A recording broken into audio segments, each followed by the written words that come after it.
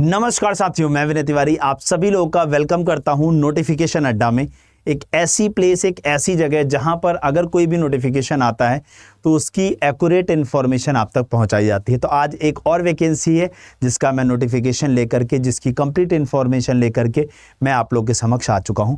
तो अगर मैं बात करूं तो आज हम लोग किस मुद्दे पर बात करने वाले हैं, क्या क्या चीज़ें हम जानेंगे आज। तो कौन सी वैकेंसी है, उसकी क्या इंपॉर्टेंट डेट्स हैं, उसकी क्या एज लिमिट रहने वाली है, क्या क्वालिफिकेशन रहने वाली है, सिलेक्शन का प्रोसीजर क्या होने वाला है, एग्ज़ाम का पैटर्न क्या होने वाला है, सिलेबस क्या है, एप्लीकेशन फ़ी क्या है, कहाँ कहाँ एग्ज़ाम होगा इसका, और आपकी सैलरी कितनी है।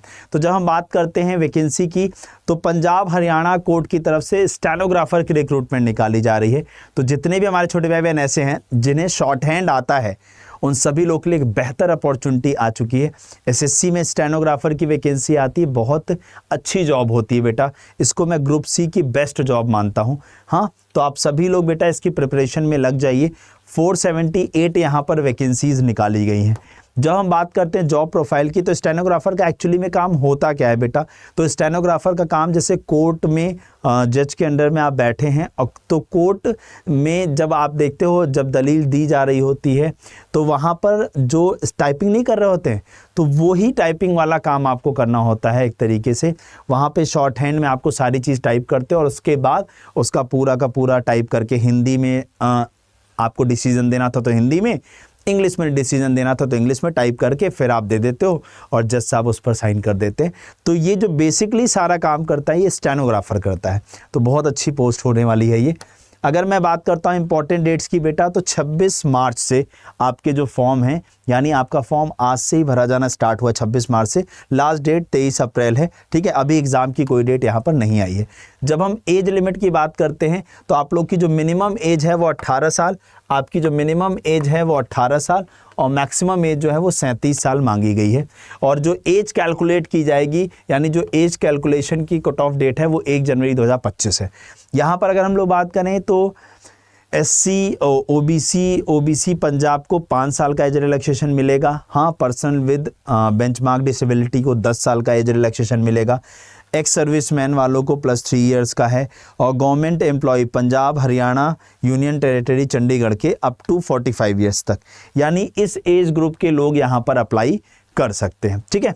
जब हम लोग बात करते हैं बेटा आप लोग की क्वालिफिकेशन की, तो कौन इस फॉर्म को भर सकता है। बैचलर्स डिग्री अगर आपने ग्रेजुएशन कर रखा है, अगर आप लोगों ने क्या कर रखा है बेटा, ग्रेजुएशन कर रखा है, आप लोगों ने बीए कर रखा हो या बीएससी कर रखा हो, आर्ट्स और साइंस किसी में भी पढ़ाई कर रखी हो, then you all are eligible. साथ ही साथ आप लोग को कंप्यूटर एप्लीकेशन और पंजाबी लैंग्वेज इन मैट्रिकुलेशन, यानी आपका 10th के अंदर एक लैंग्वेज या एक सब्जेक्ट पंजाबी लैंग्वेज रहा हो। जैसे जब हम यूपी से पढ़ते हैं तो हमारा एक सब्जेक्ट हिंदी होता है, बिहार से पढ़ते हैं तो एक सब्जेक्ट हिंदी होता है, तो सेम उसी तरीके से आपका एक सब्जेक्ट पंजाबी होना चाहिए 10th क्लास में, ये कंपलसेशन है, ठीक है। चलिए, जब हम बात करते हैं सिलेक्शन प्रोसेस की, तो यहाँ पर जो सिलेक्शन प्रोसेस है उसके 3 स्टेजेस हैं।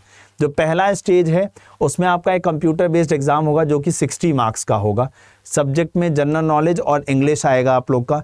फिर नंबर ऑफ क्वेश्चन कितने होंगे, 60, टोटल 60 मार्क्स का होगा। 1 घंटे का आपका ड्यूरेशन होगा। नेगेटिव मार्किंग इस वाले में नहीं है, यानी इस फर्स्ट स्टेज में। सेकेंड स्टेज क्या होगा, English shorthand and transcription test, यानी आप लोग का जो शॉर्ट हैंड है उसका टेस्ट होगा, स्किल टेस्ट इसे कहते हैं। तो यहाँ पर 80 वर्ड पर मिनट की स्पीड में आप लोग का डिक्टेशन किया जाएगा। Transcription speed of 20 word per minute on a computer. More than 8% mistake will lead to disqualification, यानी 8% से कम एरर्स कंसीडर की जाएंगी और अगर 8% से ज़्यादा एरर है तो आप डिस्क्वालीफाई हो जाओगे। ये एग्ज़ाम क्वालिफाइंग होता है हमेशा, इसी को हम लोग स्किल टेस्ट कहते हैं। होता क्या है मैं आपको बताऊं, तो पहले 10 मिनट का एक डिक्टेशन होता है जो 80 वर्ड पर मिनट की स्पीड से होता है। उसके बाद जो आपने शॉर्ट हैंड में लिखा है उसको कंप्यूटर पर टाइप करने के लिए आप लोग को समय मिलेगा, ठीक है, 50 मिनट का समय इंग्लिश में मिलता है क्योंकि इंग्लिश शॉर्ट हैंड का टेस्ट हो रहा है। तो इंग्लिश शॉर्ट हैंड में आपको कितने मिनट का समय मिलता है, 50 मिनट्स का समय मिलता है। ये एक स्टैंडर्ड टाइप का है जो हर एग्जाम में स्टेनोग्राफर के होता है, ठीक है। तो यहाँ पर आपको ट्रांसक्रिप्शन का समय दिया जाएगा और अगर आप ट्रांसक्रिप्ट कर लेते हो टाइमली तो फिर आप लोग का ये एग्जाम क्वालिफाई माना जाएगा, स्किल टेस्ट क्वालिफाई माना जाएगा। देन उसके बाद स्प्रेडशीट टेस्ट, जो स्प्रेडशीट होती है ना उस पर काम करना। तो ड्यूरेशन 10 मिनट का होगा, 10 नंबर का होगा। क्वालिफाइंग मार्क्स 40%, यानी 4 नंबर क्वालिफाइंग मार्क्स होंगे। Only candidate who pass the spreadsheet test will have to their stenography test evaluated, मतलब जो स्प्रेडशीट का टेस्ट पास करेगा उसी का स्किल टेस्ट चेक होगा या होगा, नहीं तो नहीं देखा जाएगा, ठीक है। देन एग्जाम पैटर्न की अगर हम लोग बात करते हैं तो मैंने आपको अभी बताया था कि 30 क्वेश्चन जीएस के, 60 क्वेश्चन बताए थे। तो वो कैसा है, 30 क्वेश्चन जनरल नॉलेज के, 30 क्वेश्चन इंग्लिश के होंगे। 1 घंटे का आपको समय दिया जाएगा, ठीक है ना। यहाँ कोई भी नेगेटिव मार्किंग नहीं है यहाँ पर, ठीक है।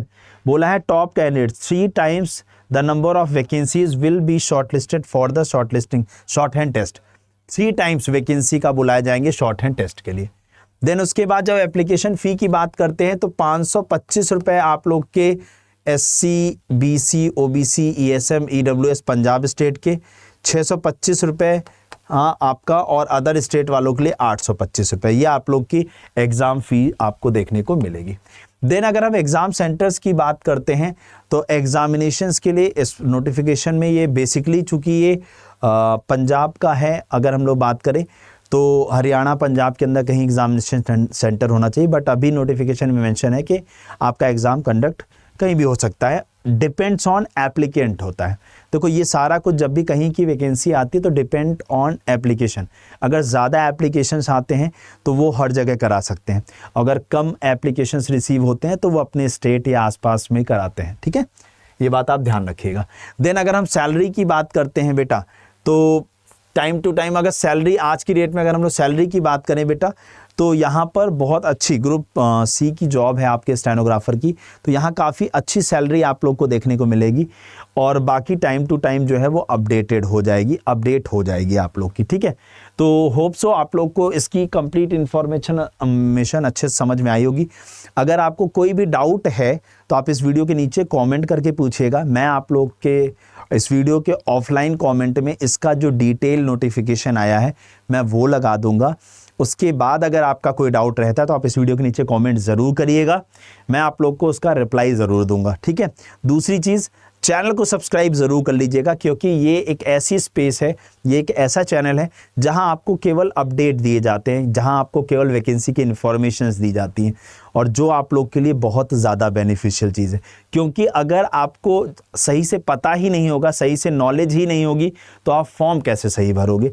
इसलिए फॉर्म भरना जो सबसे पहली सीढ़ी होती है किसी भी सिलेक्शन की, अगर उसकी इन्फॉर्मेशन आपके पास पूरी है, जब आप डिसाइड कर पाओ कि हाँ मैं ये फॉर्म भरूंगा और इस जॉब को ले सकता हूँ। तो जितने भी बच्चों को शॉर्ट हैंड आता है, मैं उनको बस एक ही चीज़ कहना चाहूँगा, अगर आपने ग्रेजुएशन कर रखा और शॉर्ट हैंड आता है आपको, तो आप लोग इसे भर दो बेटा, क्योंकि किसी भी कोर्ट में काम करना अपने आप में काफ़ी ज़्यादा रेपुटेटेड जॉब होती है।